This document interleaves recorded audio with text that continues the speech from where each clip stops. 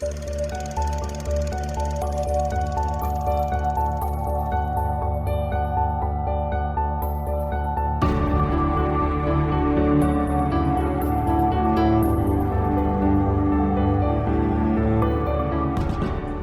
I'm Sophie. Hi, I'm Paul. And we are SP Filmviewers.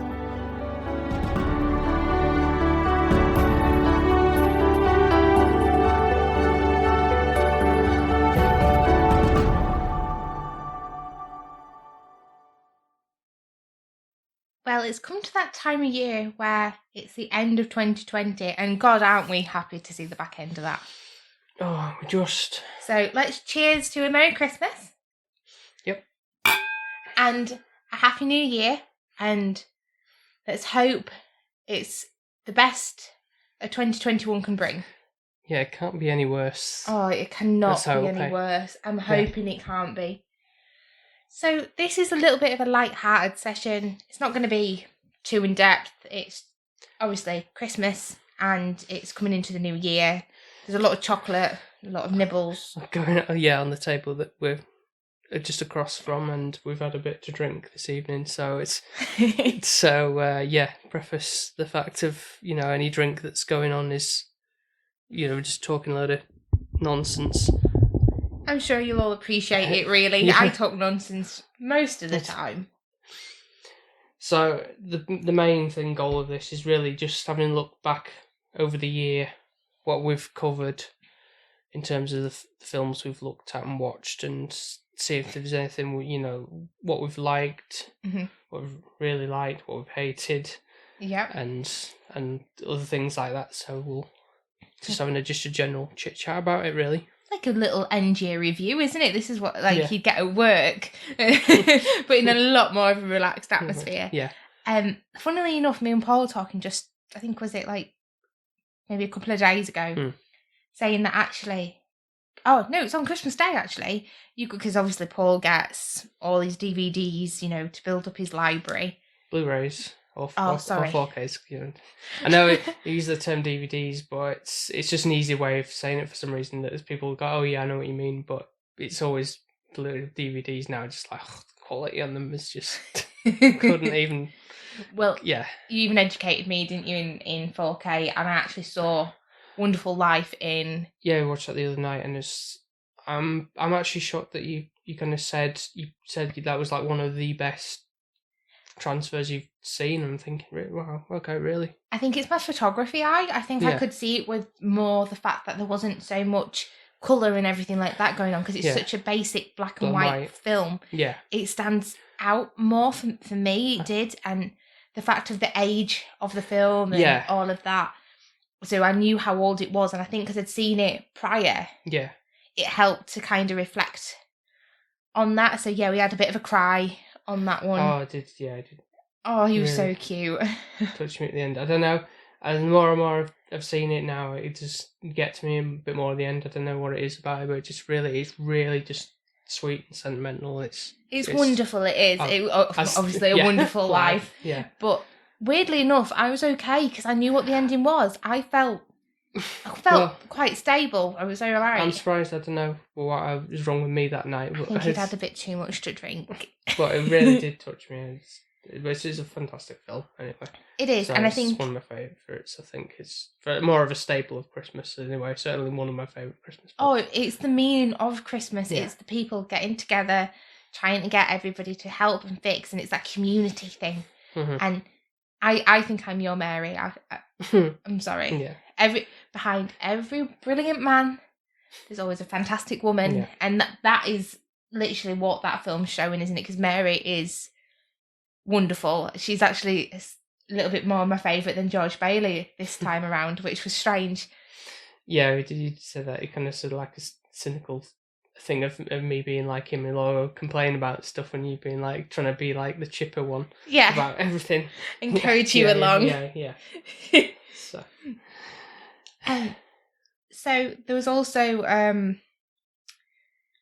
I was going with this actually was the fact of we were reviewing when we'd gone to the cinema, and I know obviously with COVID and everything like that, we actually did manage to get 3 cinema sessions in, didn't we? Before everything kind of kicked off. That was like beginning of the year, yeah. Yeah, we really wanted to start kind of doing that more often, we were saying, didn't we? That's something we wanted to do. Yeah, in between the whole thing of, like, just, what Sophie hadn't seen, really. The idea was also to have the thing of going to, like, more modern things, like going to cinema trips and seeing things that we both hadn't seen, and giving, like most people would do, like a review of a new film that had just come out and reflect on that. But it's been a bit tricky. Even when the cinemas were reopened, it's a bit like, I'm not comfortable with... I especially didn't want to be wearing a mask unless I had to stuff my face with popcorn for the entire film. It's just that kind of not feeling as comfortable, and I hope at some point it does come back to where you can go to the cinema, you can get your pick and mix and all of that, and your popcorn, and really just enjoy that atmosphere, because it does make a difference. It really does. In terms of things that were due to come out, I don't know if that's going to happen next year, but like something I was particularly excited for was going to be like the King Kong versus Godzilla film that was due to be released, because I think that is very much something that would be to enjoy on the big screen. Mm-hmm. Yeah, and my love for like monster films and stuff, it would be... Oh, fantastic. Don't we know about that? We had the whole session on that, didn't we? Actually, looking at the monster films, we had Monster March. 2, 3, 4, 5. Whoa, what? No. 6. Godzilla's a monster film. Oh no, that was on the same thing, but we covered it in 4 sessions. But literally, there was 6 films. Yeah. King Kong was twice, so that's... Yes, so that was in 1 session. It was in one session, but it's still 2 films, Paul. Yeah. So it classes it's still 6. Yeah. In total. Yeah. No, I feel like we should have done... I'm going to be smart next year. Cramming 6 Christmas films. That's only if it works. Come on, we could do like 2 Christmas carols. Well, exactly. Yeah. You could do that, for example. Yeah. So there we go. That's already 2 sorted. Yeah. Which I would definitely want to see your comparisons on. The Muppets Christmas Carol, and then your favourite classic. The Patrick Stewart one, yeah. Yeah. I think that would be actually interesting, in terms of a thing, because you kind of watch them, and it's like you try and pick out the dialogue, because obviously Christmas Carol is a very prominent thing as for a Christmas film, and there's obviously been various versions of it, and certain ones take different spins on it and take certain elements from the scripture, and so there's obviously some lines that are said and obviously appear in quite a few of them, but then there's other ones where they take a different approach to it. Obviously, the Muppets is more so, obviously, because it's what it is, but more child friendly. Yeah. So yeah, that would be something of interest for maybe next year or. We should note that down or take a mental note, because I will forget, because literally we're talking about a year's time here. Yeah. Yeah. So obviously, just on the brief, talking about the Monster March thing, I think that would be another good thing to do again. And whole Monster March movie. Oh, because I've got loads of different ones that you can in now I'm not gonna lie stuff. So I think the highest one was like Jaws, I think, and it was the King Kong, but the remake. The remake one for you, yeah. Yeah, I think the original one I really, really struggled a little bit with to kind of keep up and kind of want to watch it. I know that sounds really horrible, but it was just really old, and kind of you could see the datedness of the film. Okay. I don't know if I'd want to do a full Monster March unless you're going to kind of not... Well, I don't really know what other ones you can put in there unless they're going to be more updated. Yeah, I could certainly think of things. I got... Obviously, when I was thinking about it this year, there was options, so many choices, but I think I was saving them for another time kind of thing, or for Halloween, because they kind of fall into the same sort of category. But if you're saying you'd prefer more modernish ones, i.e. not too early, like black and white or anything like that, then fair enough, there's options. But you could probably put a mixture in, but I'm just thinking, I know from the King Kong one and the older Godzilla, yeah. I think it was... I know actually I've probably scored the older Godzilla on this one higher. Oh, well, yeah, that is definitely the case, because that was... I know I put down... I was a toss-up between a 4 and a 5 when I rated it, but I think I really am leaning towards a 4. with that. As much as that was like my first introduction to Godzilla when I was a kid, looking back on it now, and just Matthew Broderick with his robot acting, it's just so just terrible in everything, and it just, the only saving grace is the fact that even back when I was a child, I was like rooting for him, Godzilla himself, being like thwarting the humans, because that was just how I thought. I was like, yes, the monster's winning and he's outwitting everybody. I actually prefer the monster probably to the humans, but I think that's the same in life. I'm such an animal person that I would prefer an animal. Mm-hmm. I'd rather save an animal than a human. I know that sounds really horrible, but I feel like the human can try and do something, like it can be more vocal. Yeah. Whereas like an animal can't be, so you've got to do something. Mm-hmm. Yeah. However, I do think, to be honest, compared to Monster March, my favourite kind of monthly thing would have been the Hitchcock. Yeah, I was just about to go on to saying that, because I said that to you last time. There's plenty of other Hitchcock films that we didn't cover, some of which I haven't seen as well. So from the box that I got, and I'd like to revisit some of the lesser known ones, and also other ones that I haven't seen myself. So that'd be a good thing. 100%. I'm on. We definitely do that. That's on board for that. I'm not going to say no, because I actually did highly score quite a few of them. Mm-hmm. Yeah, you did. Yeah, I didn't hold back on my scoring on those at all, and I think that's something where I would definitely want to. I think I think the only one was Birds.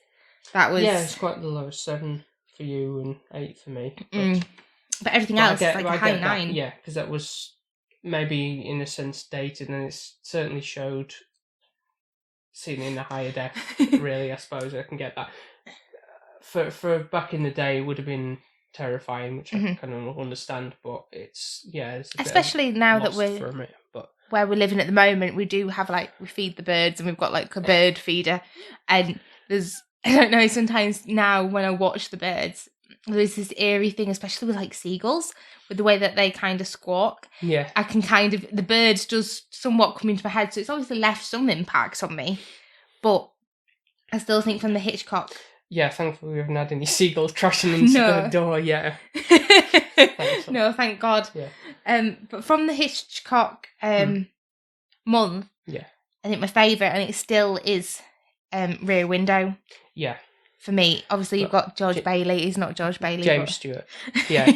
Yeah, you seem to quite like him as an actor. But, I love him to bits. Yeah, he's very good. I kind of wish he was still around, because he would be a lovely person. He'd be like one of them people that I'd want on my bucket lists to meet. Yeah. Because I would hope. I know obviously actors are actors, but part of me thinks he just seems to be such a lovely, charismatic man. And I hope that that's how he is actually. Mm-hmm. I feel like he's a true gentleman, Yeah, he probably would be, yeah. And I think sorry, Paul, if he was around, if he really liked me, he's quite, you don't know, he's just got that lovely appeal to him. Yeah, definitely, yeah. So is there any particular favourites that we've kind of covered up from this list that we're looking through? Looking at my 10s. Yeah. So I've kind of circled them, and there's a pattern. So my 10s consist of Love Actually, which we both scored 10s. Yeah. Pretty Woman, which was for my birthday special, and I'm hoping we can do something like that again. Oh yeah, definitely, yeah. Next year, yeah. I feel like that's a thing, and we'll get some little sweets and stuff and do them hot dogs that we did, and kind of make it special. La La Land, which was for your birthday, I believe. Yes, it was, yeah. I gave that a 10. Yeah. And I think I'm quite stingy with my 10s. That is it. So you can tell. Yeah, you're very hard to please, apparently. Yeah, but all chick flicks, technically. Yes, there's that sort of theme running throughout them. Whereas for me, I think, let me just check through my notes. So I've got Love Actually, The Shining. Yeah. One of my favourite films, tied with Jurassic Park. La La Land. Up. Yeah, I'm surprised that I only scored Up a 9, but I'm thinking maybe that's because it made me cry. I feel like I know that that's not a bad thing. No, it's not. I think that's what. As daft as it sounds, that's one of the things that's because it makes me feel emotion. I feel like that sort of attachment to it because it sort of relates to real life in a way, and it's. I think the reason why I marked it so low is because sometimes I'm one of those that I'm such an emotional person that if I know it's going to make me cry, I kind of avoid it. So, like, I've been avoiding watching Up for a while, hadn't I? Because I'd seen parts of it on the telly and stuff. I said, But I think that's why I don't go out of my way to make myself cry. But it's one of those things that, because I always know, obviously, after seeing it in the cinema and everything, it made me sad then. And then, obviously, seeing it consecutively throughout the various viewings I've had of it. I know it's going to make me cry, but I kind of look past, obviously, still watching that and knowing I'm going to cry, but enjoying the rest of it as well, and thing after that little brief couple of moments where that happens. But it's so heartbreaking. But as many people know, and I think it kind of, especially even worse when you've got like a loved one in your life and you know like you're going to grow old together, and then but one of them's not going to be around. I know it's inevitable, but you don't need to think about it. No, it's not. I do think I score more generously for a 9 though. So, okay, you've given more 10s just by 1 point. Yeah, like you've given more extra. Yeah. So, we've not much difference, but my 9s. So, obviously we did 2 in 2019. That sounds so strange to say. Like, we did before we got proper serious about it, yeah. And they were Kiki's Delivery, which was like, I gave it a 7/8. I think I'd probably give it an 8 now, to be fair. Like, I love all the Ghibli. Yeah. And I was going to say Ghibli. Well, that's a debate. Some people say that's Ghibli, some people say Ghibli, but I think it is Ghibli, like a J. Ghibli sounds weird, though. Yeah, but that's how Miyazaki says it, so. Okay, well, you must be right. Yeah, so you think an 8? Yeah, I think so. I think a 7 was... I was trying to be a little bit probably harsh on it, and I think really, to be fair, it is what it is, and it's a lovely piece of work, and you have to kind of take it for that. And then Ghostbusters. I'm surprised I've scored this so highly. A 9. Yeah. I don't know if it was just because I enjoyed it, and it was like, Paul's being easy to me on Halloween, or because I think as well with my scoring at the beginning, I'm quite surprised how I did score things. Yeah, maybe not as critical as you thought. Yeah, I think so, and I think really actually I think probably it'd have been an 8 would have been more sufficient, apt. like mine. Yeah. It's classic, obviously, but it is, but it is outdated, and you can kind of see certain things like with the dogs and everything like that. That it doesn't look that great. Yeah, I'm still not changing my score for Borat though.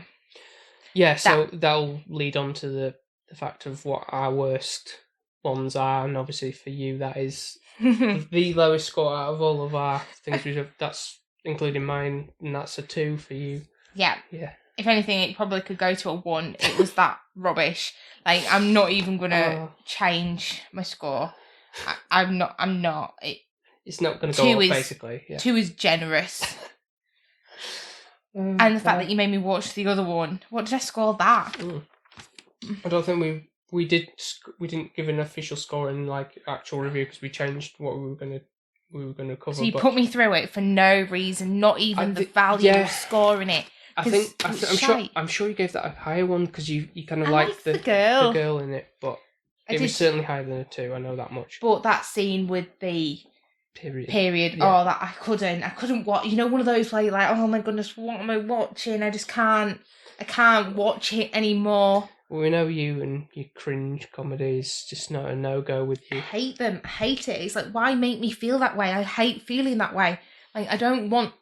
When you're watching a film, you want to feel joy, you want to feel happiness, maybe a little bit of sadness. Do you want to feel cringy? No, you can do that in your own life by doing things yourself. You don't need a movie to make you feel that way. True. I don't know. It's like... But then again, you could say the same for you don't want to feel sadness because you can feel that in real life, but if it touches you in a way that does so, it's kind of like you feel a bit, that you feel it. I think that works better than cringe. I prefer to feel a bit sad. Than feel completely cringed out. Yeah. Like, I'd rather watch Up and have that upsetting moment. Then move past it, yeah. Then a full-on cringy Borat film. Or Adam Sandler. Oh, no, we're not even... I bet you were thinking, 2021 we'll slip in Adam Sandler. No. The only way we're going to do that is if you watch a Tom Cruise movie. Well, we've talked about this as well, didn't we? So, I think... That is the only way I am watching an Adam Sandler film. Okay. There is one... Oh, you don't get to pick which Tom Cruise film? You don't get to pick which Tom Cruise film? No, I'm saying about the Adam Sandler one. Ah, okay. That's one of his... I know you didn't really... I tried to make you. Yeah, you tried to make me. To the Uncut Gems, but you were his still voice was getting on my nerves. Which I don't... It's like, does he actually speak like that? Like, I don't understand. Like, it's high-pitched and just annoying. It's just an annoying voice. Anyway, there's another film where he's a bit more in a serious role, and it shows that he's got the potential of being that. But I think that's probably, if there was a film for you to watch, that would probably be one to... What is it? It's called Punch Drunk Love. The title's not capturing me there. But we'll see how we get on. We'll see if we can fit in. But might need to be a little bit more white wine spritzer for me to watch that. For me, in terms of my worst, looking through my list, I really think... Well, I mean, Lion King is 3. That is really just because it's like the first one is the original is so dear to my heart, and then they just when they did this live action, and I think it's a little bit harsh. And it's just like, why do this? Why take something that's so precious to most people and just do what you did? And it's like, there's no need other than to show off the fact, look what we can do with animate, like CGI these days. And it's like, yeah, sure, do it an original story or something. Don't have to actually copy what was absolutely perfect to begin with. I think you were really biased with this though, because this was like one of your favourite Disneys. So I think you were a little bit biased, but it's just... I didn't mark it very high. I marked it a 5/6. Well, what would you actually... Would you take it 5 or would you just give it 6? I think Beyonce really, really annoyed me in this film from what I can remember. Yeah. And it was like, literally, why don't we just call it Beyonce film? So I think it'd probably go to a 5 just for that factor. And the fact that I do love the original Like You, and I think it is a classic. It doesn't need to be messed with. But I understand that they could do... I understand that people need to move with the times. It needs to grow and develop, and things like that need to change. But I think that it just fell flat a little bit. Sometimes the classics just have to stay classics, don't they, for a reason. They shouldn't. This is why it's annoys me with it. Like, with the Aladdin, the remake of... At least they twisted that, though. I didn't mind Will Smith. I feel like you were a bit harsh on him. I think he did a really good job. I know he had high standards of how to, live up to, but... I mean, obviously not as much of an attachment with that as Lion King, but that still was just like... I know I was a bit late to the party with watching the actual Aladdin animated version anyway, but you can't beat Robin Williams. No, you can't.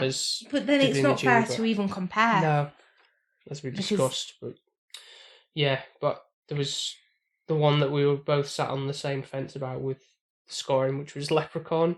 Oh, the only thing good about that was Jennifer Aniston, wasn't it? Yeah, if you can say that. But it was interesting to see her starring in a new, like, her first acting proper action other than Friends, yeah. But I feel like they're just... Poor Warwick Davis.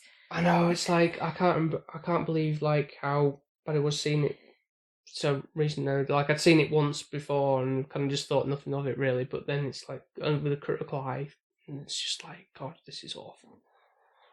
Really, really awful. Yeah. Not even like... I don't think it helps when I'm just sat there looking like, why the hell are we watching this? And it wasn't even scary. It was just a bit of a joke, really. Know me with jokey films. Mm-hmm. Another one, though, that I think I would want to score higher was 10 Things I Hate About You. And I know... Really? Yeah, I think it's a classic. I love it. I love Heath Ledger in it. And I think a 9 is good. I think maybe you swayed me a little bit to probably undermark it a little bit. But for me, I really do like it. And I think you gave it... I shouldn't have to have made that. No, but you gave it a lower score. So then you kind of opened up my eyes like to certain things, which annoys me a little bit. Because, like, for example, me and my mum were watching Christmas with the Cranks. It's been a favourite film of ours for, like, years. It's like a Christmas tradition to watch Christmas with the Cranks. And because of you, I was looking at it and it was annoying me. And I'm thinking, Paul Parks, this is your fault. I call that a win on my part, but I can't believe it taking you this long to realise how you're on about cringe things, and that is definitely full of cringe. This is why it's like, how can you not see this? With the Hickory Ham bit where it was rolling down the street, and I was like, you've got to be kidding me. This would never happen. I know. And I was thinking, why are you saying this, Sophie? You've watched this many times and it's never been a problem. And I was like, is that Paul Parks' fault? Ruining one of the greatest Christmas films I ever enjoyed. Yeah, so I'm kind of happy about, selfishly happy about the fact that you've kind of seen the light on it a little bit more. I'll still watch it though. That's fine. If you enjoy that, that's fine. But I mean, I'm just pointing out the fact that it's like, it's not for me. This is what I'm. If you like the fact that I've been saying about how cringy it is, it's just not like, what is this? I do still love Tim the Two-Man Taylor and what's his face?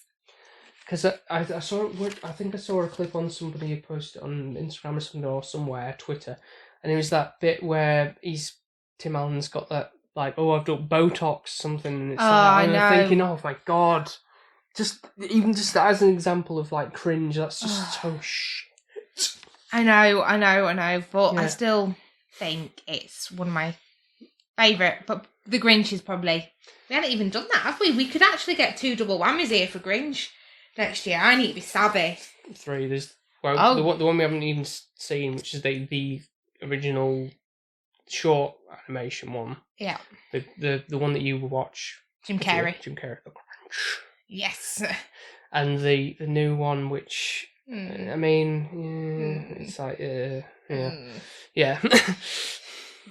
Leave things alone. When Jim Carrey does it the best, nobody else needs to come in and do it. Going on to Jim Carrey, The Truman Show. Both actually did 8 milks and... What is it? 8 milks and... 8 maids and milking. Right, there we go. So both gave it 8. And I do think it actually kind of made me really, really sad, actually, remembering back from it. So I don't think my score changed just for the fact that it was emotional, and I do think it was brilliantly done by Jim Carrey, but I think an 8 is quite solid scoring, and I don't know if you agree. I don't think that would change with that, really. Yeah. It was a very enjoyable thing. It's a very solid performance by him. I don't think Jim Carrey... Mark me if I'm wrong, has ever done really a rubbish performance. Maybe in later years is not as wacky self thing. Maybe. I mean, we kind of put on the other night, I think it was just a bit of a zone veg out kind of thing. I put on Dumb and Dumber for you, but I don't know what you thought of him in that. I didn't mind him actually, which is weird. Because I thought you might be like, this is a bit cringe. Comedy, it is a little bit, but I think Jim Carrey kind of... He does it so well, it's okay. But there was, certain things I remember, comedy beats in that. I'm thinking, well, Sophie might appreciate this, might be, do you want to hear the most annoying sound in the world? But there was a bit, and you said you didn't know that bit, but you knew something else when they were doing some other singing bit in that car thing. It's like, really, that's the bit you remember? I can't remember what yeah, something. But you knew that, but you didn't know the other bit, which is more prominent as a thing. Well, it's like me knowing the why can I not say it? Indiana Jones theme. But you've never seen Indiana Jones? No, but I know it. Why I know it, I don't know why I know it. It's just in my head. Just pop culture thing. It's weird. Just like the E.T. and things like that. Phone Home. Yeah. Yeah. I still don't think I'd change the score on E.T. I'm so sorry. That's fine. I think I'm quite happy with how I scored it. What did I score it again? Oh, 6. Oh, that is harsh. But well, I give it a 7, but I said my reasons for that because he freaked me out as a little. Yeah, and I just, to be honest, I think not really my bag. I know other people really do enjoy it, but I just don't think it was for me, which is not a bad thing, I guess. It's just being honest. No. A couple of things that which I thought I was going to do more, at least one more other thing through the year. Because we obviously did Reservoir Dogs being the first proper one of 2020, a Quentin Tarantino film, and we only did one other Tarantino film, which was Pulp Fiction, his follow-up. I did think that we were going to try and fit another one in this year, but I guess that didn't work out with other stuff that we had going on. So I'm guessing, I suppose, for next year would be to maybe fit another couple ones in, because he's got a good list of filmography stuff. Yeah, I like the way he does it with his filming and the camera kind of idea and such, and the stories are quite in depth. Yeah, I do think I prefer Pulp Fiction though over Reservoir. Yeah, that's fine. I understand that. Yeah, but, I think you're the other. Well, actually, no. I think you probably even keel, aren't you? Yeah, pretty much. So yeah, the next one would be Jackie Brown, I believe, which isn't my favourite one, to be honest, but maybe if I see it again in I haven't seen it in a good while, so my views might change. But then, obviously, I think the ones that come later on are more exciting anyway. So that'd be something in the future to do, I think. And also reflecting on things when I thinking how much we talk about anime and stuff and Japanese things. Because we're obsessed. There wasn't. I looking through the list. There wasn't actually many Kiki's anime stuff that we did throughout the year. I thought we'd done way more loads. Maybe it was just more at the back end, really. But I think we started at the beginning as well, because you got Kiki's Delivery, got Your Name, Weathering with You, which was our sort of joint review, looking back on something we'd already seen, and then a cinema trip. Yeah. To coincide with that, yeah. Then it seems to pause. For a good while. Then You Are Umaso, which was that was fantastic. I really wish they'd make a Blu-ray or something of that, or something, because it's it's a shame that it's only available on YouTube or where we saw it, but because that was really good. Then Ponyo. Ponyo. No, Pompoko with Pompoko, one of our guests. Lovely Taya. Yeah. And Tokyo Godfathers at the Massive for the Christmas one. Yeah, Christmas. Yeah. Now, I definitely certainly want to revisit that one again. I think struggling to find that, as annoyingly. Maybe it's just because of the time of year, but I don't know why. It's one of those things where I kick myself. Because we hadn't seen it for so long, as in actually sitting down to watch it. I had the DVD for a while, and I wanted to get the Blu-ray, and the Blu-ray's been available for what seems like forever since of thing, and then I've now watched it, and now for some reason I can't seem to get a hold of the Blu-ray at a decent price. So it's maybe it's just because of the time of year. So maybe hopefully in the new year I want to get hold of Blu-ray copies for obviously high def copy of it, and then just that'd be a new thing to watch every year kind of thing. Yeah, I don't blame you for that. Because I was really good. I don't know why I even thought I wasn't going to be is this going to be good? I really thought, I don't know what I thought, but I didn't think it was going to be what it was. I really struggled to want to watch it, and I think it's my fault that we put it off for so long.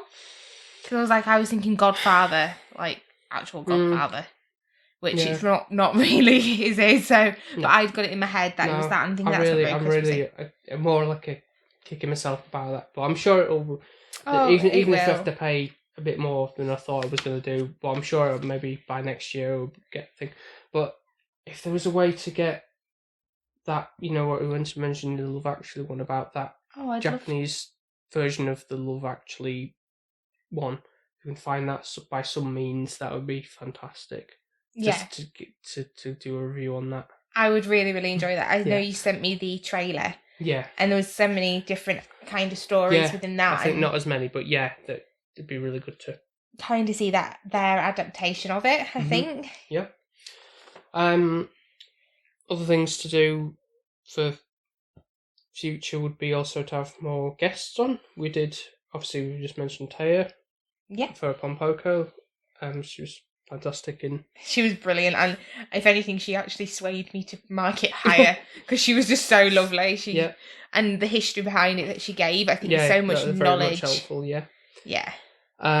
We also had our very first one, which was Nick Fuerda. Yes, as director. I'm hoping he's doing well with his projects that he's working on now. Yeah, he kind of trying to do some remotely, wasn't he? Kind of things with everything going on in the world.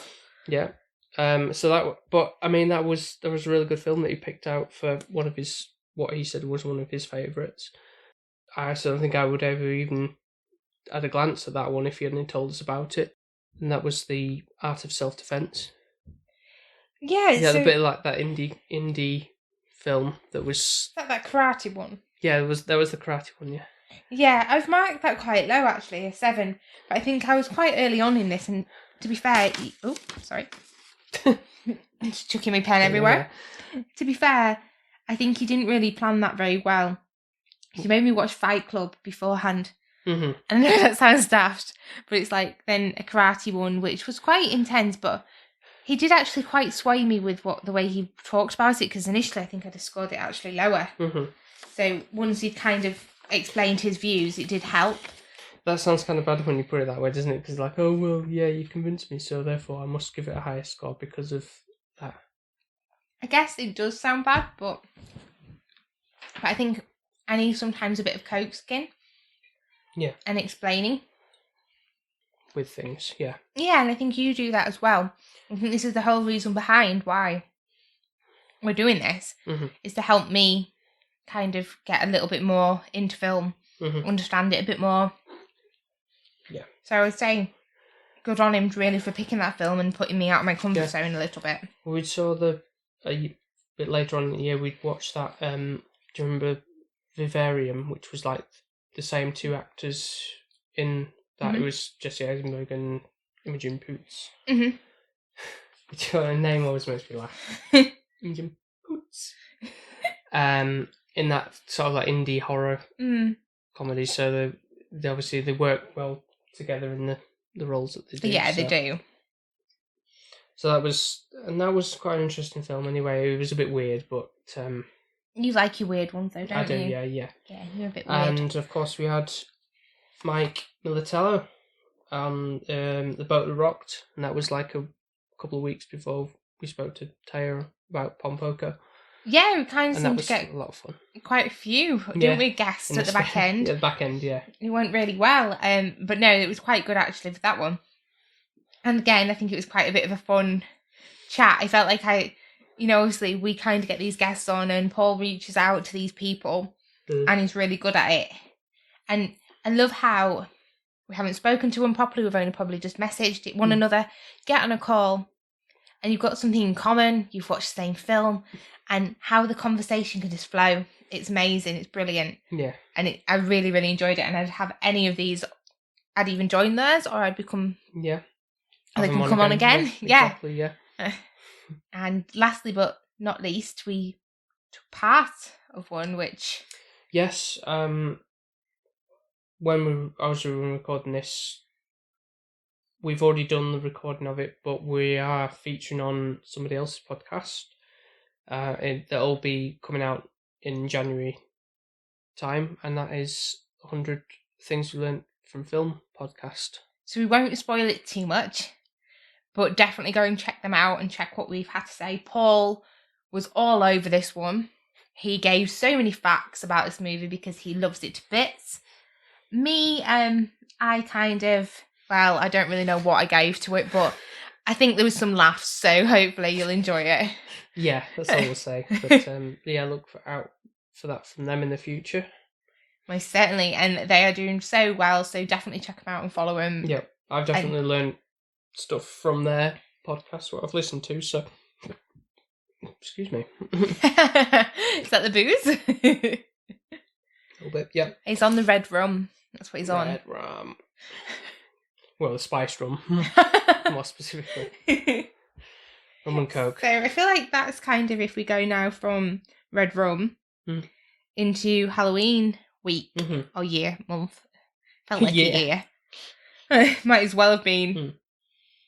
So we've obviously touched on The Shining being your favourite. I marked it as an 8.5. I know it really chilled me. I think that's why it didn't go to a 9 or a 10, just for the fear factor. Yeah. I noticed my emotions play a lot on this. Obviously there was Halloween, which I marked as a 6, and I still don't think I'm changing my mind on that. It was just a bit weak acting, and the best person who acted was the man that didn't speak and wore the mask. Yeah, he's very intimidating. Just his presence, but you wouldn't get anything out of the well, there has been remakes, to be fair, but I mean the sequels and stuff. Yeah, I don't know. I'm not going to force you to do it, don't worry. Good. But that's just my thing, but I really high that in high regard. It's one of the classics. I know I only get 8.5, but it's up there in terms of like very good Halloween films for Halloween. So definitely preferred The Woman in Black. Yeah, we unfortunately never did really watch Angel of Death, which is like the follow-up to the Daniel Radcliffe one, but maybe in our own time we'll just put that on. Maybe you could just wallop it in for Halloween, and then that's an easy one, isn't it, for me? Maybe, yeah. You want to do it that way? No, he's not going to do that, because obviously he's going to make Halloween even extra. There's so many other ones, though. I'm not ready. Because that was such a difficult one to pick out, because I gave you a list now of like things. Yeah, and I didn't want to tick any. Really reluctant. But the sort of sprinkle things in, because again, like I said about the Monster March being like a thing where you could have some certain things that coincide with Halloween for that one, because they are of that nature anyway. So we did also do the Doctor Sleep, which is kind of linking with The Shining. Yeah, but I felt that was a given, because you didn't get to see it at the cinema with me, because I'm thinking you wouldn't have got anything from it, not knowing anything about The Shining. So that's why I thought, well, bundle that in as part of that. Bless him, you went to the cinema all by yourself, didn't you? Yeah. Felt really guilty. I was like, I'll go see it. I don't think I'll like it, but I'll go. Arthur wishes everybody a Merry Christmas as well. Don't you, Arthur? If you want to know who Arthur is, he's our cat. He's a little white cat, and we got him last year. I don't know if you can hear him purring into the microphone now. He's just made that very hairy. And Paul's like, leave my microphone alone. But yeah, we got him last year. So he was our kind of Christmas present, wasn't he, to each other? That's like all we said we were going to get. And he's a little rescue cat from the Cat's Protection. Yeah. And he is, believe it or not, 11 years old. He's a little old man. Doesn't act like it at all. No, he doesn't. He acts like a little kitten. He's now smelling the after eights. Oh, do we like those after eights? Sorry. Anyways, getting distracted here. It's so good that this is meant to be a casual one, isn't it? Yeah. And downtime, so Paul doesn't have as much editing to do. So we will excuse any editing at all. This one, I don't know. I think it's going quite well, no? Yeah, I do. So, do you want to touch on Christmas then? Since obviously we've done Love Actually in Tokyo. You marked Noel very harshly as a 4. Are you wanting to change that? Honestly, I don't think I do. Noel. No, I think that's a bit harsh. I think it's definitely Christmas, Paul, and yeah. I still think you should change things. Oh, come on, you. Come on. So we were on about Noel. I'm sorry, we've just had to get rid of Arthur because he was being naughty with the microphone, and you would have not heard anything apart from purring. Yeah. No, I don't think... There's nothing going to change with that, unfortunately. I know it's meant to be holly jolly. Have a holly jolly Christmas. And all that, but it's just too sickeningly sweet, like I said, for it. I know that might be like, well, that's what Christmas is all about, being all that kind of thing. But it just didn't do anything for me, unfortunately, so I'll stick with It's a Wonderful Life. Yeah, I guess, when you say it that way, yeah. And just more the general lies of the What about Last Christmas? Maybe on another viewing, that might change. I feel like it might, yeah. But I think it's just, as it stands, that probably won't change too much. But maybe go for a point, maybe. But maybe. I feel like it's worthy of it. Yeah. But again, like maybe not next Christmas to watch it, but in a year's time or after that. I don't know, but yeah. I think it's quite funny as well. I've just been looking here. Gangster Squad. Mm-hmm. So this was one of our first films we actually saw in the cinema. I think it was our first date in the cinema. Yeah. So obviously we watched Love Actually as our first film we've ever seen together, but this was when me and Paul kind of were at each other's house. Mm-hmm. Whereas Gangster Squad is our first film, which we went into, and funnily enough, we both marked it a lot lower than what probably we originally would have done if we'd have come out of the cinema. Mm-hmm. Yeah. And marked it. Which is quite sad, really, because I actually remember it being... Well, actually, I don't know if I'd have thought it was even worse, because I didn't really enjoy it. There's been a lot of things I've paid for that I haven't enjoyed. Mm-hmm. Yeah, I know. I think at the time it was probably be a lot higher than what I gave it, 6.5, but I think it was kind of like, I wasn't really as... You were more just honed in on Emma Stone, wasn't you? I think it was, like... The pretty red dress and hair and... I mean, don't get me wrong, she still looked great in it from watching it then. Hey. But, well, say that. I think one of the things that maybe like a percentage, because I gave The Shape of Water 8.5. Yeah. I'll probably give that a 9. I'd give that extra 5 point. Is that with that funny fish thing? Yeah. It does actually it's quite poignant and quite nice, actually. Yeah. And I do think I gave it a 7.5. I'm not going to change it because I think I want to rewatch it and kind of see what I get from it. But I do think it's one of those films where I think the more you watch it, the more value you get. But I don't think there's a film where you'd get more value from which you actually paid for to go and see in our drive-through experience, which was quite pricey for an old film that you'd seen. And actually now I want to ask you, so obviously the film we went to go see was Dirty Dancing. Yeah. But you did actually have an option, Paul, between Pretty Woman, which I said to you would get more value add. Yeah, I know. And you kind of wanted to still go and see Dirty Dancing. Yeah. Yeah, no, see, it was only a 0.5 difference in terms of that. But I really think... I think if we were given another watch, Pretty Woman, that is, I don't really feel like I need to see Dirty Dancing again, I'm sorry, but...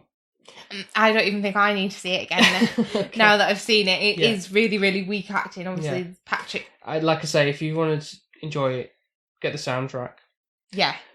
Pretty Woman, I think I would definitely watch... I mean, I got the Blu-ray especially for your birthday to watch that for your benefit, really. But I think because of that, because I'm thinking, well, there's more of a story here going on. Yeah. I think I would probably... Maybe bump to an 8, I think, if I give it a couple of viewings, so... That makes me so happy because it's one of my favourites, so it is a classic. There's a lot more to it than Dirty Dancing is. I did say this to you. Yeah. That's why I chose Dirty Dancing for that reasoning, because I think in it I'd be like...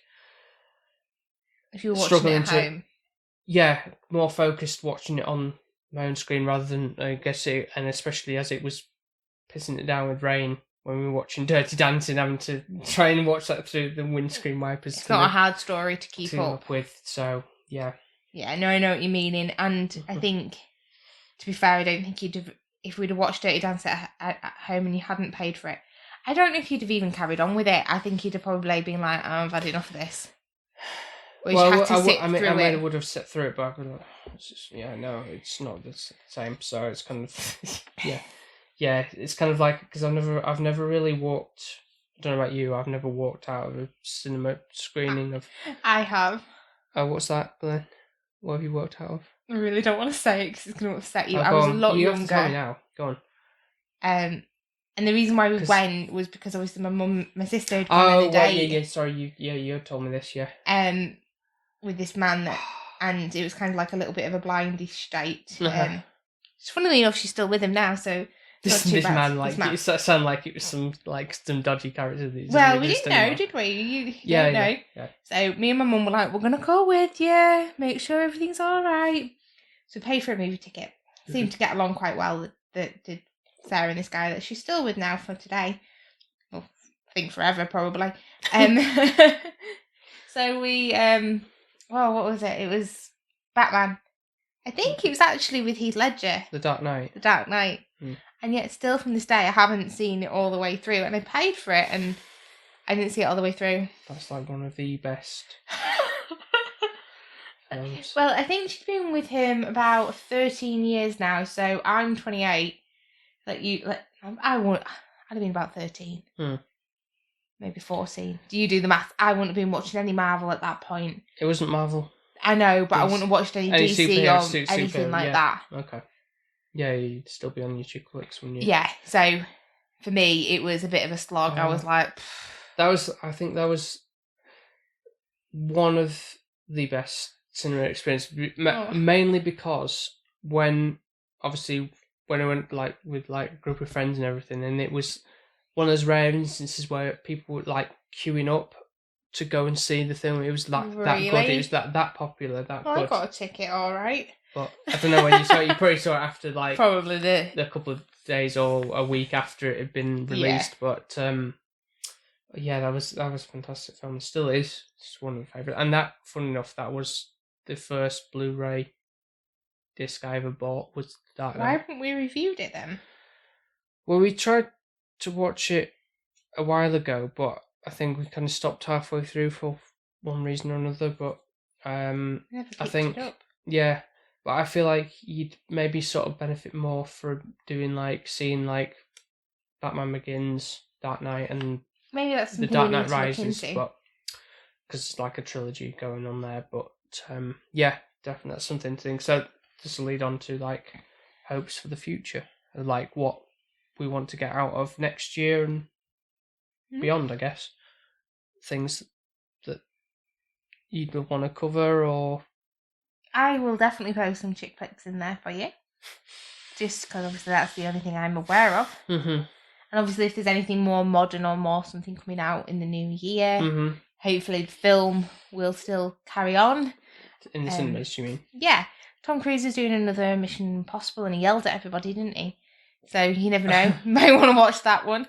But I think there's definitely for me, I've grown a love for the Hitchcock films.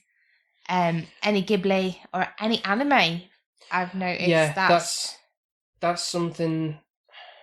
It's definitely that's something I'd like to cover more. I know when I said it before about I thought we'd covered more than I thought, but there's so much in terms of stuff that I've got in a stockpile of discs and stuff and especially even not even anime. It's Japanese cinema. There's so much. I've got in on reserve the stuff I would love to watch, sit down and focus on. But maybe there's maybe we do a Japanese month. I would love that.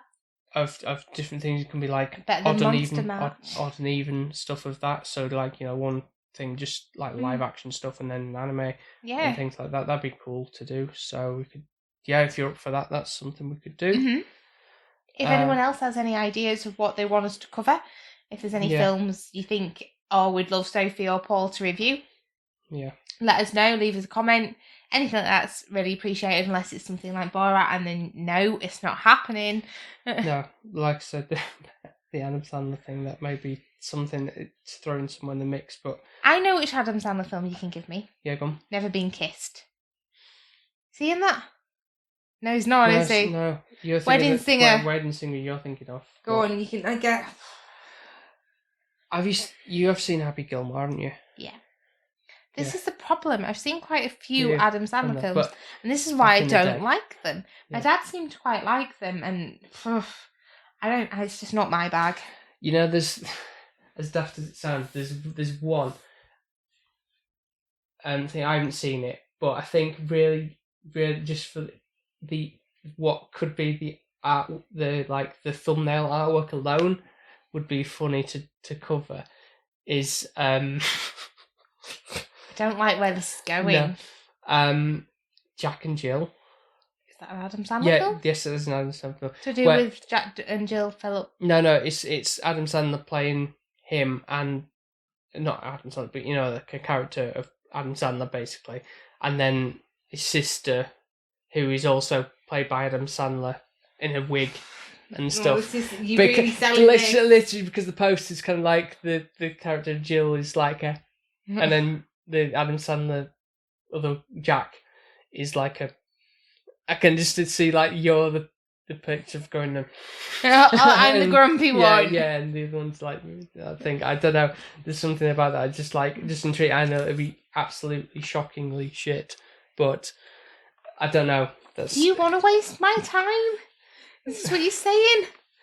You could be educating me, Paul, in a classic. I know exactly, but that is if people will, please spam that thing. If there's people who would actually like to do that, then promote that thing. Don't encourage bad behaviour.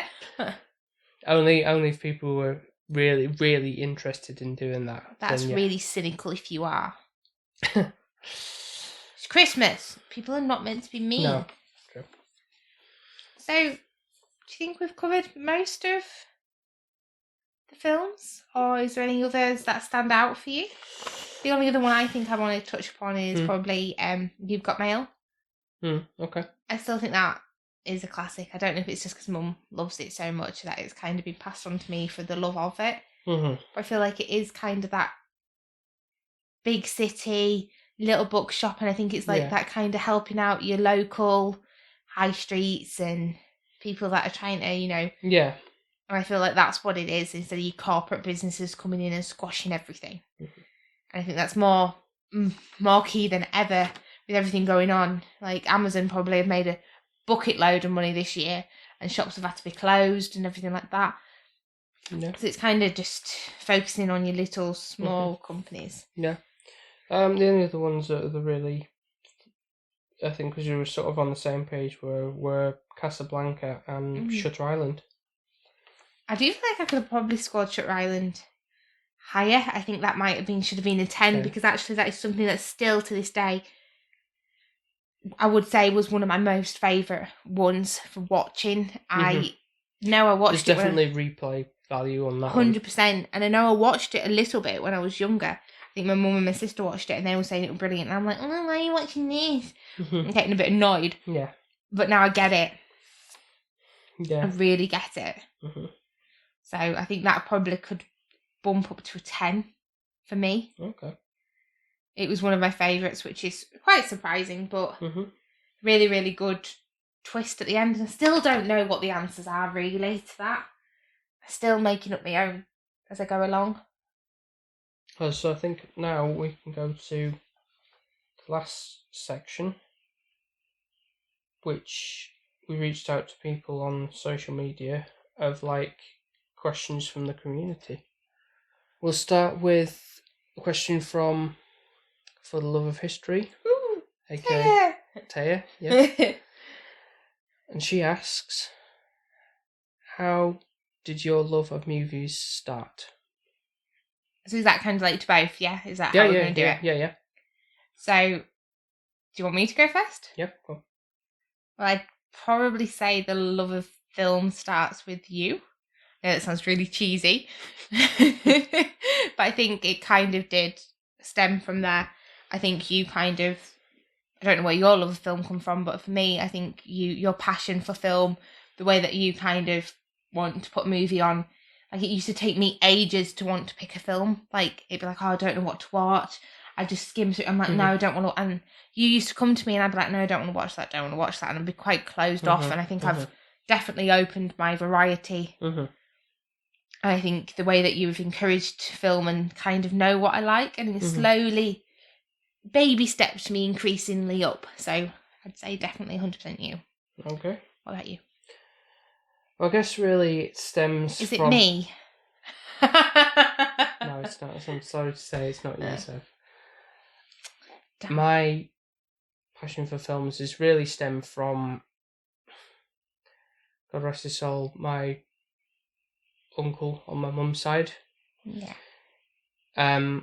He used to have, a bit like I am now, a big hoarder of like DVDs and all sorts of, he had VHS tapes as well and all that stuff. It shows how old he was in terms of like collecting stuff. But he had so many. He also had loads of books as well, stacked and stuff. They must have needed a lot of space if you had VHSs as well. I know, because they take up a lot of space. But probably get 4 DVDs in a space of one. But a lot of my film watching came from him, really, in terms of, like what I really grew up to love and stuff. And most of like James Bond films was introduced through him, really, because he had the tapes of those. I guess even some like older stuff, because you used to like obviously like black and white dramas and things like that. So do your parents like that kind of film, or is that not something? No, but he also used to give me like any odd things that he'd pick up from on the cheap or whatever. He'd kind of hand me over and stuff. There is an anime that is very dear to my heart because he gave it to me and it was a VHS tape of that, which we might cover next year at some point because it means a lot to me, really. What is that? It's called Metropolis. It's not the one you're thinking of, people. When you might say Metropolis, it's not that one at all. It's an anime, and it's probably, other than Pokemon, that is like one of the first, probably the first anime films I've watched. Oh wow! So that's amazing.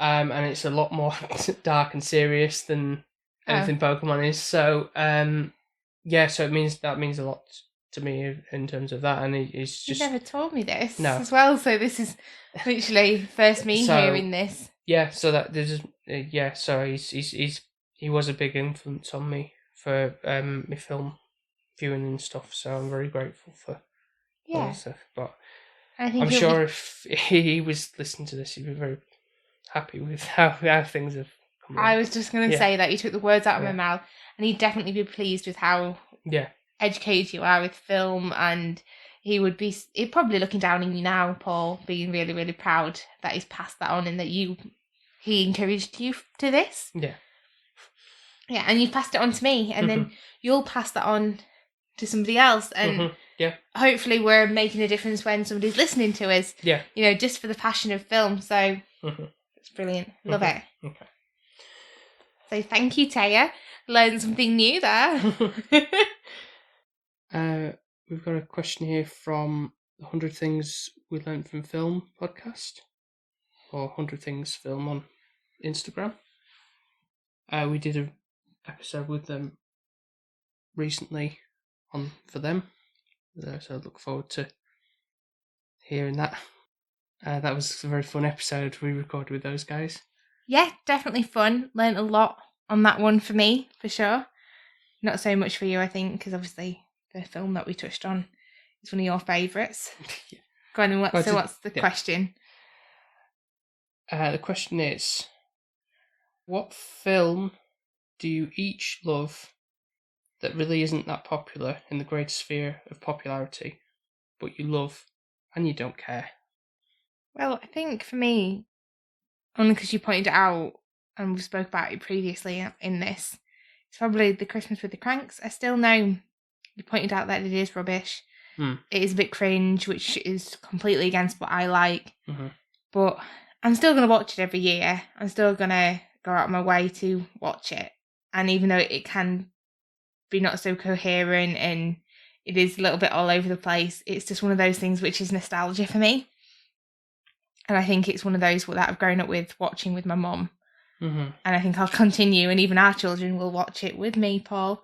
And it will be one of those things that just, even though it's not that great, and it just I've got that attachment to. Okay. For me, there's probably quite a few things, really, but I think, I mean, people might still like Jumanji, the Robin Williams one. It's like a classic one, but I really love that one. It's something I remember being a big fan of when I was a child when it came out. I'd got all not all merchandise I could, but there's still sort of little picture books or collectible items thing, and I was really into it back in the day. That's probably one of the things. I don't care if people are like, that's rubbish and that's nothing. It's fun and I enjoy it. I don't think it's even rubbish. I think it's really, really... Yeah, I don't know, but I think that's really tarnished with the fact of this one with Dwayne The Rock Johnson in these sequels, and so I don't even want to watch those. I don't want to know about them, so yeah, could go away. And they also ask another question, which is, what is your favourite British film, and why isn't it Kes? What's Kes? It's the one about a boy who befriends a little kestrel. How does he know it's not going to be that? Don't know. That's obviously his one of his favourites. So I've never seen it, so I can't actually say. That's definitely to cover on our podcast at some point. So I think enjoy that in a sense. But probably the British film for me, which is what we reviewed recently, like our last review, would be Love Actually. It's just amazing. I love it. Fun little fact as well. Paul actually proposed to me, didn't you, with one of the Love Actually theme? PM's Love theme, yeah. Yeah, so it's really, really dear to my heart. And obviously it was our first film that we watched together. So I think it's got a bit of attachment that way, so I'd say. See previous episode. Yeah.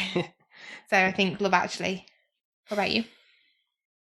Really struggling at the top of my head for a favourite British thing. About Time? That's British. It's in the same vein as Love Actually, though. Yeah, it is, yeah. Pretty much. Yeah. But I do quite like that one too. I think that'd be my second one.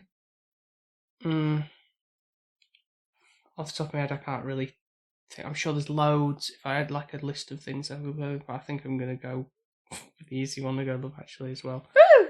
High five me. Sorry, guys, but I think that's going to be the answer. That one. So it's still Christmas, guys, a little bit.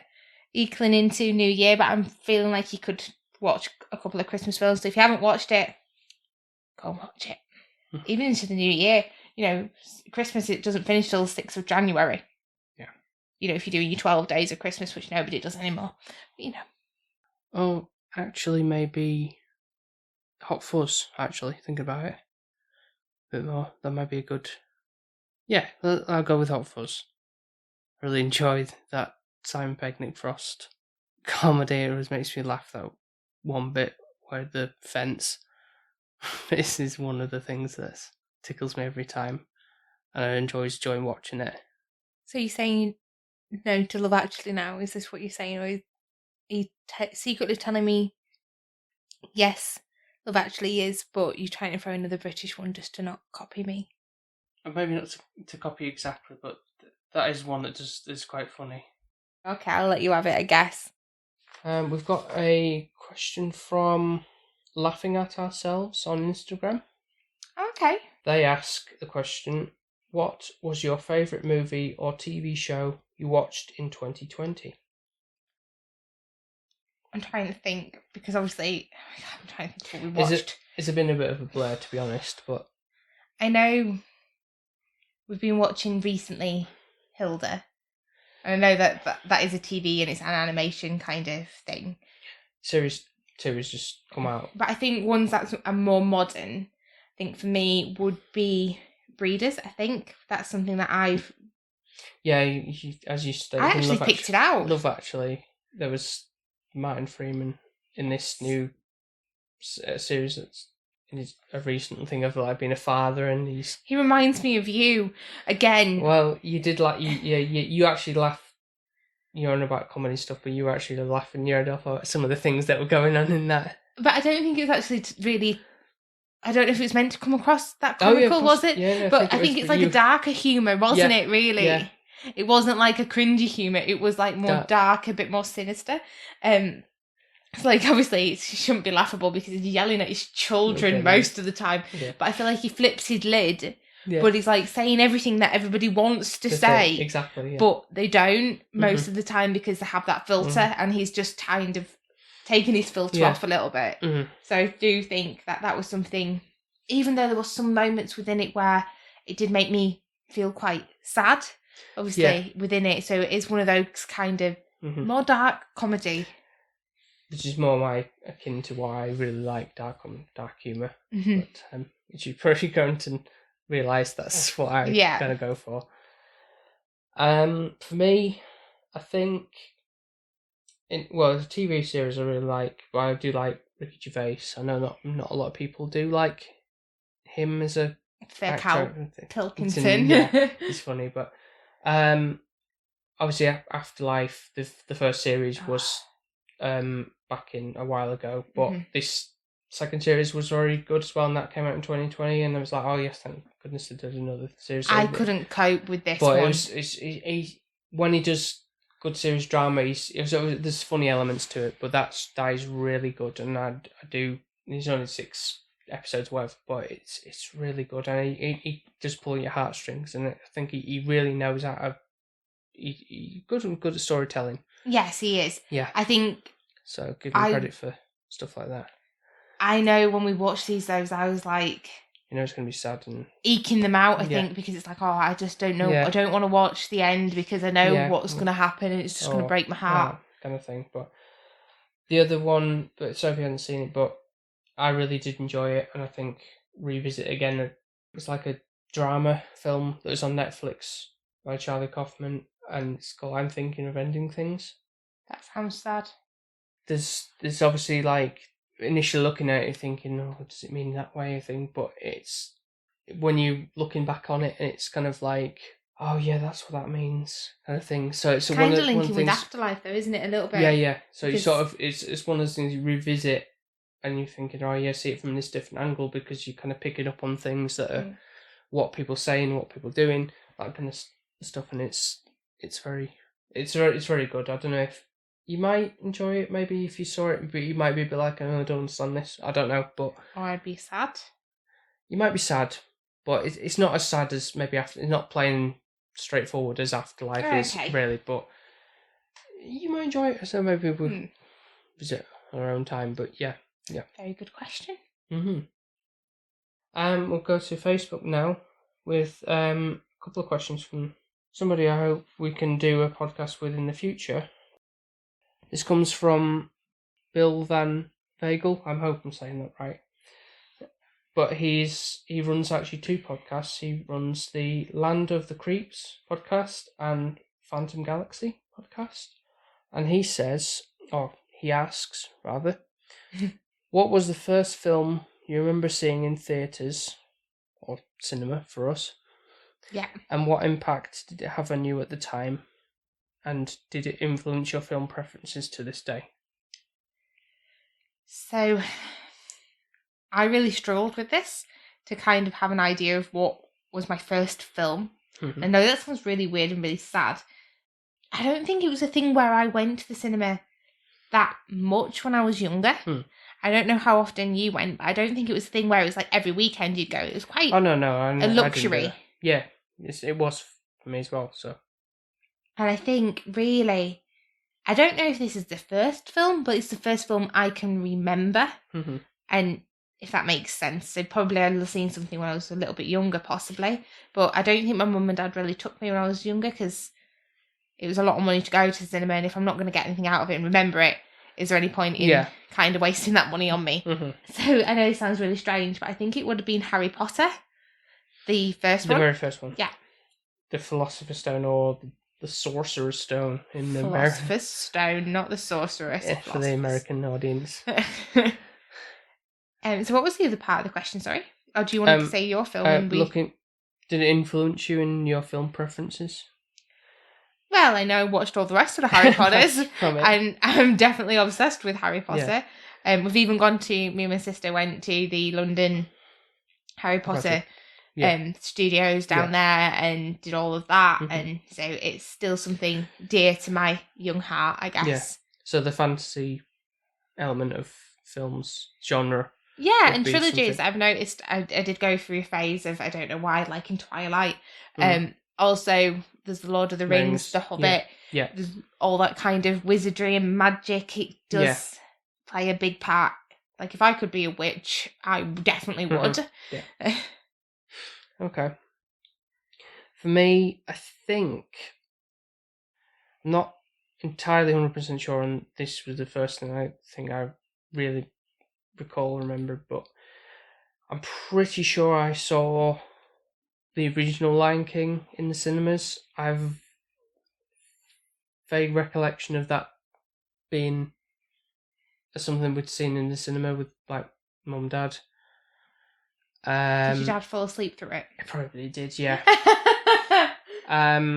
Because any other instances would have been a bit later on, which have been like Toy Story 2. Yeah, I feel like a Toy Story is in one of my banks. Certainly not the first one. No. Or even like the Pope on the first movie, which I know Dad definitely slept through that one. How dare he? When his son loves it so much. Yeah. But those were like if it wasn't Lion King, it was definitely one of those two that I remember going to see with parents. But I guess that kind of a similar thing throughout through all those 3 different films, because they were all animation. So that kind of reflects on the fact that what I do as my main job really is animation. So that kind of obviously stuck with me throughout my 100%. Life, really. I wish mine was this good story. I can't say, oh yes, I've definitely been a witch my entire life. I would love to say that, no, but I think your artisticness and your drawing and your style, that like drawing, even if it's not exactly the same, but it's animation has been a big part of my life, and I'm so proud of you with that. It's something that you've got your degree in. You're one of those people who does literally what you got your degree in. Like I do photography, and I do it now and again. It's not my full-time job. No, but I'm proud of you for what you've done, how you've come with your career of doing what you do now. So yeah, it's numbers and all that. Spreadsheets daily. I've never good with numbers. But I'm surprised at how well I'm good with numbers to say I'm actually dyslexic. So really, I can't spell, I can't really read.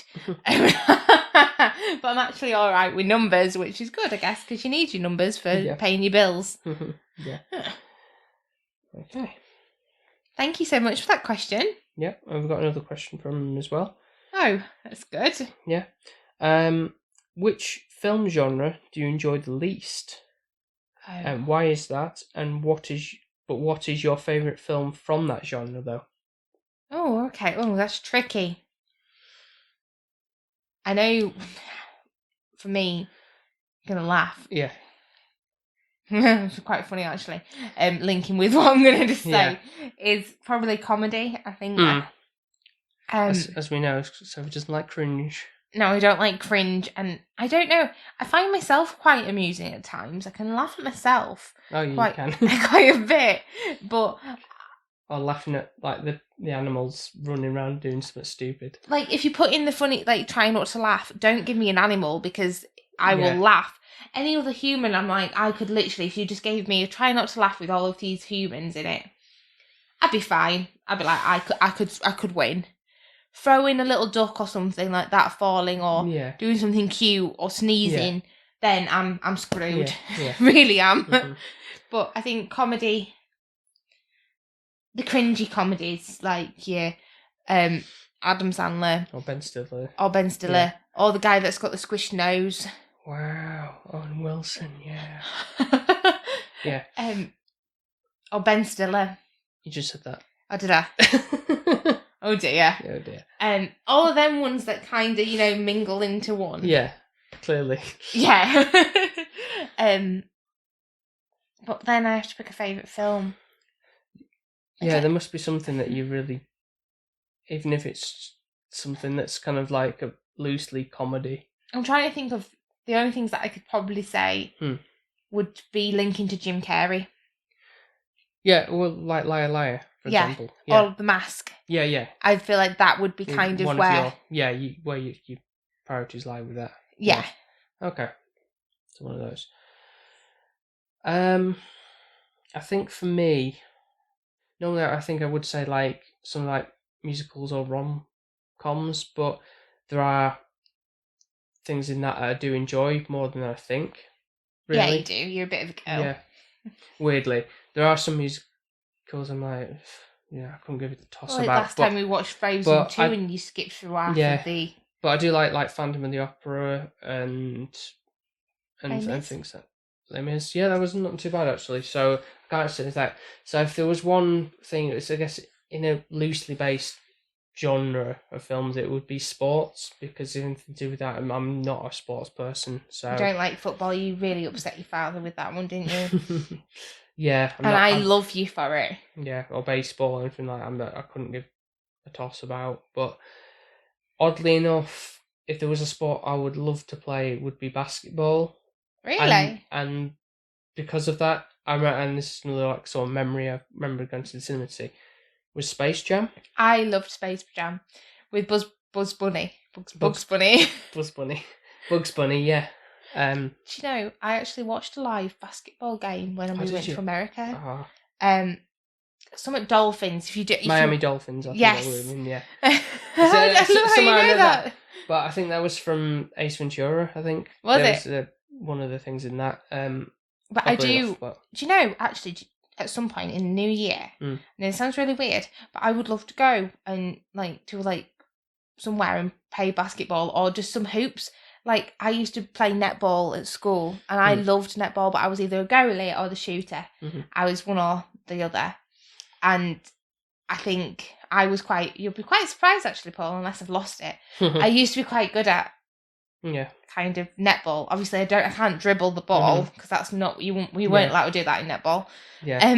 But yeah, no, that may be something we should pick up. But yeah, just Space Jam, especially as a big place in my heart. Again, it's one of those things I remember going to see with my mum. Bless her. She took me to see that. I don't know why, but I think she was quite into like the Harlem Globetrotters or something. I feel like your mum's got a little bit more film behind her than your dad. Yes, because she introduced me to like things like Lord of the Rings and the Dark Crystal. That's is one of my favourites as well from growing up. So, so Space Jam. And I just thought of another one as well. It's kind of sports related, even though it's a fake one. It's basketball, which is like from the creators of South Park. Even though it's like not, it's a bit of like a very, you probably wouldn't like it. I don't even know it, because it's like a sort of cringe, maybe not too cringe comedy, but it's kind of like, I don't know if you'd really appreciate it that much, but it's kind of funny. Yeah, so I think that is pretty much a wrap up of this year, I guess. So 2020 tied up in a bow, chucked in the bin, and next let's go on to 2021. Yeah. Do you know, I heard something on the news or the radio or something like that there was something in 2020, like not 2020 but like 20 something, that when it has like 20 on the end, something else bad happened, and it was like 3 years or something within like when the 20, so maybe I don't know, it was 1920s, and then going on to like that there was something bad kind of happens when it's the 20. Oh, so I don't know if it's something connected with it, but we've had this COVID, haven't we? Even though it's COVID-19, it didn't impact us really in 19. It was 2020 when it got us in the UK. But let's hope that we're seeing a little bit of the light at the end of the tunnel. Yeah. And 2021, hopefully we might be able to get married. that's one of our plans. Fingers crossed. Yeah, fingers crossed that goes all okay. Yeah. Wish us luck with that one. We need to start planning. I need to lose weight so I can fit into a dress. But, well, it's Christmas at the moment, so we'll think about that later, won't we? Yeah. So thank you so much for everyone who's listened to us throughout the year, who just catched us at the end, or even just listened to one episode or anything like that. Anybody... Yeah, we do appreciate all you doing that for us. And really do. And thank you so much for all your questions and putting everything forward and helping us out with the podcast. Thank you for our visitors and us being guests on other people's shows and podcasts. And for everybody who's come on our shows as well. So, yeah, thank you very much. We've had a really, really good year with SP Filmviewers. So I always think to myself, well, there's things that happen for a reason. Mm-hmm. And I think this might be trying to put a positive spin on COVID, which I know is difficult, is trying to be a little bit more connected with people, even though you can't be, not taking things for granted as much as you would. So just like simply going to somebody's house, on that time, I feel like everybody's had a lot more time on their hands to be able to be more hands-on within the year, and hopefully some of these characteristics will come forward, and hopefully eventually we can mingle with other loved ones properly. So thank you so much.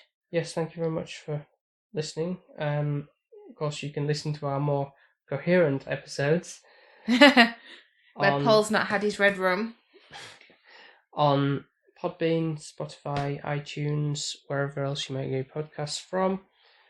And of course, you can follow us on the social media platforms. SP Filmviewers is what you search for on Instagram, Facebook, and Twitter. Definitely reach out on Instagram. I know Paul does a hell of a lot of work on there. He has actually given me access now to be able to do some of my own, but yet I haven't branched out, so that might be a New Year thing. Yeah. Where I dip my toe in, if he trusts me enough, that is, into the SP social media. So if you see some random things, you'll be knowing who it is. Yeah. Yeah, so once again, we thank you very much for you listening to us rambling. Yes, thank you so much. And we'll continue to ramble on into 2021. Yeah. So for now, guys, take care, and we'll speak to you next time. Speak to you next time. Take care now, and have a lovely New Year and Christmas. Yeah, enjoy the rest of the festive season. Yes. Bye-bye for now. Bye. Bye. Bye. Bye.